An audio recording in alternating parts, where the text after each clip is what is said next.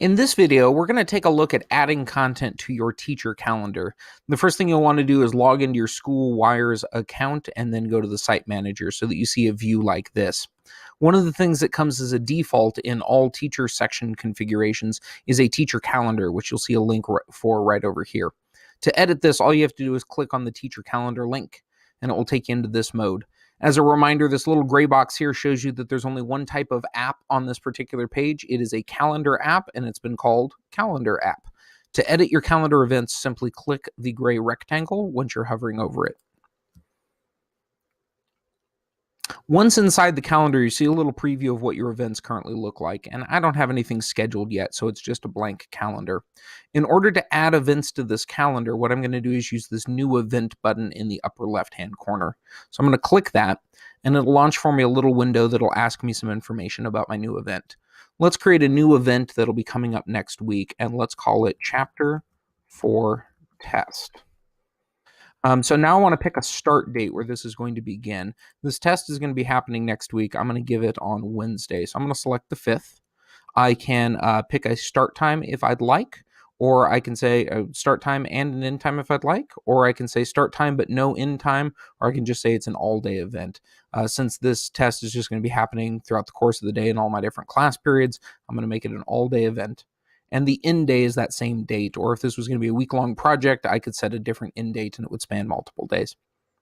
Down here at the bottom, you have a category menu, and I really recommend this because it'll do some automatic color coding for you on your calendar. When you click this little drop down, you'll see that there are several different pre-built categories available for you. Different types of quizzes and tests, homework assignments, but also field trips, athletic practices, musical or art events, things of that nature. So you are limited to just the categories that are pre-built in here for you.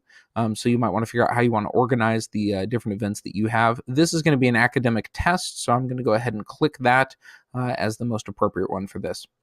Optionally, over here on the side, there's a space for a description. So if I wanted to put a little bit more information, I could certainly type that out here. Maybe I'd put some information about what resources students should study or what might be covered on this test. Maybe if it's a homework assignment, I detail all the homework assignment details in this particular box. So it is optional, but is perhaps beneficial for certain types of events on your calendar. Up here across the top, we have lots of different options. So in general, this is going to be the basic information that you will enter. Then you'll click the Save button. But just to kind of check this out, let's go ahead and take a look at some of these other tabs right now. If you'd like to set up an event that recurs, that happens time and time again, you can make your event recurring. And then it'll ask you what kind of settings you want to utilize for this. Is it going to be daily, weekly, monthly, and after certain occurrences or by a certain date? I don't want that for this particular event, so I'm going to toggle it off.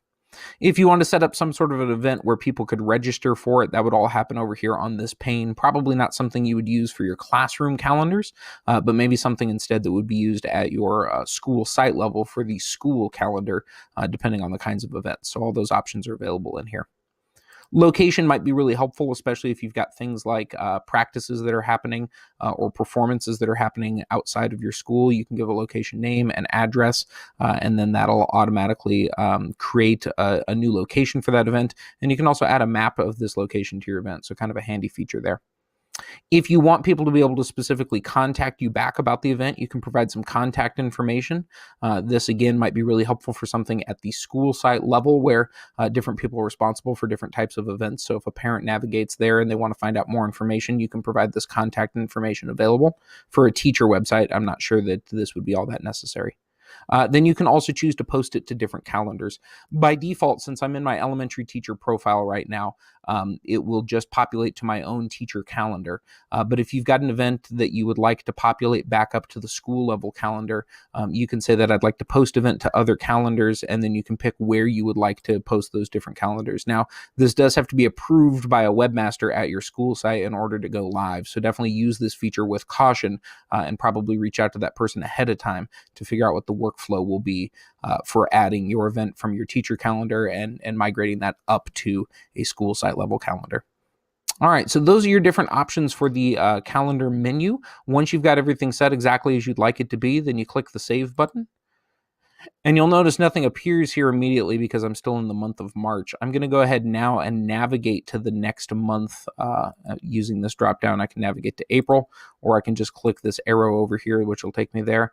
And then all of a sudden that chapter 4 test does show up right over here, and it is color coded blue because that's the category that I selected for this particular event. So it kind of helps you at a glance organize the data using different colors to be able to navigate it really quickly with your eyes and see when different types of events are going to fall. You also have the option to print this calendar out if you'd like to have a hard copy, or if you'd like to print it as a PDF. That might be of benefit to you. There are a couple of things across the top that I wanted to discuss as well. Over here, this tab right here, event categories, this is the place where we list all the different categories that are available to you. You cannot add new categories at this time. You can simply select the ones that are pre-built for you. But for some classes, there may be some of these categories that are unnecessary that you wouldn't use in your class. Maybe, for instance, an athletic practice. If you want to remove that as one of the options, you can click the remove button, and that'll kind of clean up your drop-down list a little bit so that you only see the pertinent categories that you might use for your particular event. Remember, these categories are district-wide, so some of these are things that may be used on a district calendar, some may be used on a school site calendar, some may be used on a teacher calendar, just depending on where we are and what kind of calendar we're looking at. So this is the master set of all different categories that are available to you. That, in a nutshell, is the calendar view. That's how you're able to create an event. If after it's created, you want to get in here and you want to edit, just simply hover over the event, click the edit button, and you can get back in there and modify any of those options that you would like. Alternatively, you can also delete the event by clicking this delete button over here and removing it from your calendar. Thank you very much.